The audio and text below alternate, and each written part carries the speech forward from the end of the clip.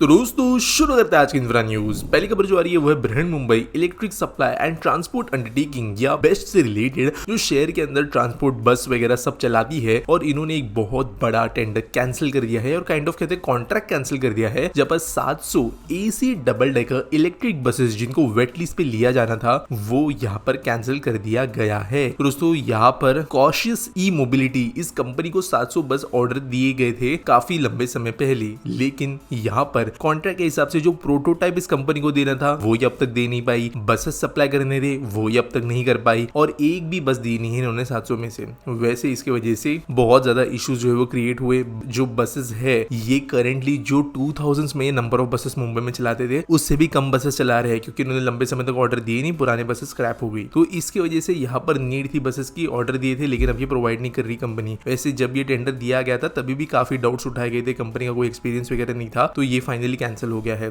दूसरी तरफ में दोस्तों जी अभी फिलहाल डबल डेकर बसेस चल रही है मुंबई में, वो स्विच ई मोबिलिटी की है, और इन्होंने 200 बस का ऑर्डर जीता था जिसमें से 50 बस इन्होंने दी भी दी है, और काफी ज्यादा सक्सेसफुली इनको अप्रिशिएट भी किया गया है लोगों के द्वारा। तो यहाँ पर स्विच मोबिलिटी की बसेस तो आती रहेगी, लेकिन अभी ये जो डीले आ गया है और बचे हुए बसेस के लिए ये बहुत बड़े इश्यूज क्रिएट करेगा। अगली खबर दोस्तों जो आ रही है वो है मुंबई कोस्टल रोड से रिलेटेड, जहां पर एक बहुत ही इंपॉर्टेंट है, इस रोड का एक ब्रिज ये इंस्टॉल कर लिया गया है कल रात 3:25 AM को। तो दोस्तों बेसिकली एक स्टील आर्क ब्रिज था, और ये बांद्रा वाली सीलिंग को अभी करंट कोस्टल रोड से जोड़ने का काम कर रहे हैं। यहाँ पर ये ब्रिज उरण जो कि JNPT यानी मुंबई के दूसरे किनारे की तरफ जो कोस्ट है वहां पर असेंबल किया गया था एक डॉक पे, और वहां से फिर इसे बोट्स के ऊपर या तो बार्ज के ऊपर लाया गया एक्चुअल में वर्ली तक, जहां पे इसे इंस्टॉल किया गया। तो एक काफी यूनिक टेक्निक यूज की गई, और अभी इसकी वजह से जो कोस्टल रोड है इसका one of the most important link जो पूरा नरीमन पॉइंट से लेकर बांद्रा तक की कड़ी को जोड़ेगा, तकरीबन आधे मुंबई को कवर कर लेगा, वो इसकी वजह से अब रेडी हो गया है। अगली खबर दोस्तों जो आ रही है वो है डोमेस्टिक एयरलाइन इंडिगो से रिलेटेड, जिन्होंने प्लेस की है order for 30 Airbus A350-900 aircraft. तो दोस्तों ये वाइड बॉडी एयरक्राफ्ट है, और ये जो डील है वो तकरीबन 9 बिलियन की है। अब वैसे ऑफिशियल स्टेटमेंट्स आना बाकी है, लेकिन प्रोबेबली ये डील हो जाएगी। इंडिगो करेंटली देश में बहुत ज्यादा सक्सेसफुली जो नैरो बॉडी A220 प्लेन से वो चलाता है। अब इंडिगो चाहता है कि वो फॉरेन फ्लाइट्स या तो लॉन्ग डिस्टेंस फ्लाइट्स के अंदर बहुत तेजी से एक्सपांड करे। इनकी छोटी प्लेन जो है वो ऐसे आसपास के फॉरेन रूट्स पे जाते हैं, दुबई मलेशिया वगैरह वगैरह। यहाँ पर अब वो चाहते हैं कि वो बहुत लॉन्ग डिस्टेंस यूएस वगैरह को भी जाए। इसके लिए इनको जरूरी है बड़े एयरक्राफ्ट होना, और इसको अभी वो परचेज करने का काम कर रहे हैं। वैसे दोस्तों इंडिगो एक टर्की से इंडिया तक प्लेन चलाती है, लेकिन वो इनका प्लेन नहीं है, वो टर्किश एयरलाइन के काइंड ऑफ एक डील में प्लेन चल रहा है। यहाँ पर अब ये खुद के प्लेन्स एयरक्राफ्ट ऑर्डर कर रहे हैं।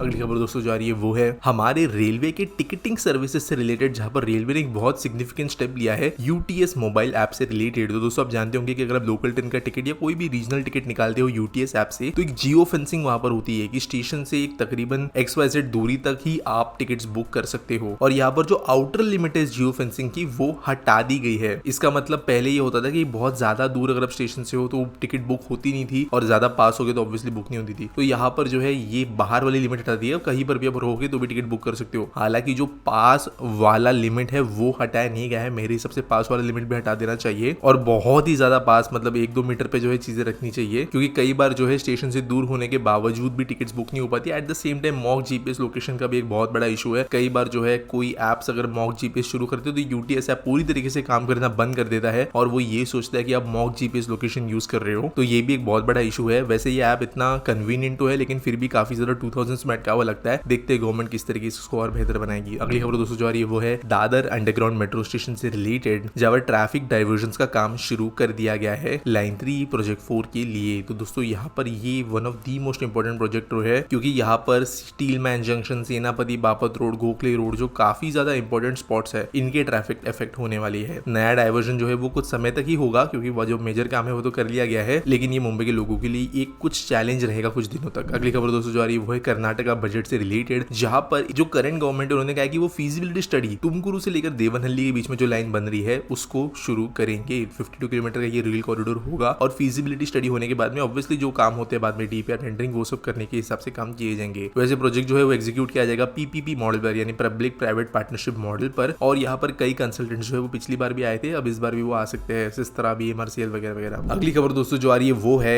Director general of civil aviation DGCA से रिलेटेड, जहां पर जो फेयर्स होते हैं या जो भाड़ा होता है एरोप्लेन में फ्लाई करने का वो काइंड ऑफ चेंज हो सकता है, प्रोबेबली कम हो सकता है फ्लायर्स के लिए। बेसिकली गवर्नमेंट ने ये बोला है कि कुछ चार्जेस जो एयरलाइंस लेती है है वो इंक्लूड कर दिया जाए बेस फेयर के अंदर, ताकि बेस फेयर का क्लियर आइडिया लोगों को आए। अब दोस्तों यूरोप में एक चीज होती है जिसको कहते हैं अनबंडलिंग, जो इंडिया में भी धीरे धीरे होना शुरू की है। बेसिकली जब आप प्लेन की टिकट खरीदते हो तो बेसिकली सीट पे बैठने का पैसा आप दे रहे हो, लगेज ले जाना है एयरपोर्ट पे जाने के बाद में अलग से पैसा देना पड़ता है, उसमें बहुत सारे चेंजेस होते हैं, कोई स्टैंडर्ड्स नहीं होते, सीट का अलग से भरो, फिर मील्स अलग से भरो। लेकिन कुछ चीजें ऐसी है जो कि अनबंडल नहीं होनी चाहिए, क्योंकि फिर वो काइंड ऑफ टिकट को ही झूठ प्राइस पे बेचना हो जाता है। फॉर एग्जाम्पल बैगेज हो गया, सीट सिलेक्शन जैसी चीजें हो गई, ये इंक्लूडेड होनी चाहिए, क्योंकि कभी ना कभी तो सीट सिलेक्ट करना है, वरना लास्ट में जाके जो है कहीं ना कहीं कुछ भी सीट सिलेक्ट हो जाती है। और ये भी देखा गया कुछ कैरियर्स जानबूझ के जो साथ में बुक की गई टिकट्स होती है फैमिली वगैरह वो दूर कर देती है, ताकि लोगों को बाद में टिकट खरीदना पड़े। तो गवर्नमेंट ये चाहती है कि एक ऑप्ट इन और नॉट ऑप्ट आउट, ये काइंड ऑफ दो सिस्टम्स दिए जाए। यानी कोई अगर फ्लाइट बुक करे तो उसको बहुत टिकट खरीदते हुए क्लैरिटी हो कि वो क्या कर रहा है, क्या खरीद रहा है, और आगे जाके कोई चार्जेस उसको रहेंगे या नहीं। अगली खबर दोस्तों जो आ रही है वो है मेट्रो रेल कोलकाता से, जहां पर ऑरेंज लाइन के अंदर का जो स्ट्रेच है बेलंगट्टा से लेके ईएम बाईपास के बीच का, यहाँ पर जो पूरा सेक्शन आता है वैसे रूबी क्रॉसिंग से लेके बेलाघट्टा का, इसके ऊपर ट्रायल शुरू हो गए हैं। तो ये बहुत ज्यादा जरूरी है। 5.4 किलोमीटर का स्ट्रेच है, 5 स्टेशन के साथ में कवि सुभाष, सत्यजीत रे, ज्योति नंदी, कवि सुकांता और हेमंता मुखोपाध्याय, सब जो आप समझ सकते हो कि नाम के ऊपर स्टेशन दिए गए हैं, और ये स्टेशन को कवर करते हुए ये मेट्रो ट्रेन चलाई जाएगी। अगली खबर दोस्तों जो आ रही है वो है एमजी इंडिया या मॉरिस गैराज से रिलेटेड, जिन्होंने कहा है कि उन्होंने एक टारगेट लिया है 500 इलेक्ट्रिक चार्जर्स 500 दिन में वो सेटअप करेंगे चार्ज इनिशिएटिव के जरिए। तो दोस्तों यहाँ पर बड़ा इन्होंने काम लिया है। वैसे 2022 में भी इन्होंने एक प्रण लिया था, 1000 चार्जिंग पॉइंट्स 1000 दिन अपार्टमेंट में वो लगाएंगे, जहाँ पे सोसाइटीज वगैरह के अंदर मेजरली फोकस किया गया था मल्टीपल चार्जेस लगाने से। कई हद तक ये सक्सेसफुल भी प्रोजेक्ट था। ऐसा ही 500 चार्जेस जो है इन्होंने लगाने का डिसीजन लिया है, ताकि इनकी ओवरऑल ईवी नेटवर्क को वो बढ़ा सके। अरे आज पीटी सवाल के बारे में बात करें तो केशव व्लॉग्स पूछते हैं, why does suburban railways are being made, can't we just make metro instead of them. तो देखो यार, वैसे सारे के सारे जगहों पे सबर्बन रेल नहीं बन रही है। मुंबई के अंदर तो एक्सपांशन होते ही रहता है, लेकिन मेजरली जो न्यू सबर्बन रेल बन रही है वो बेंगलुरु में बन रही है। अब वो क्यों वो समझते हैं। देखो पहली बात ना कहीं पे शहरों के साइज से बनना जरूरी है। मेट्रो जो है ये 1-1.5 किलोमीटर पे रुकती है हर एक स्टेशन पे, स्पीड इसकी 80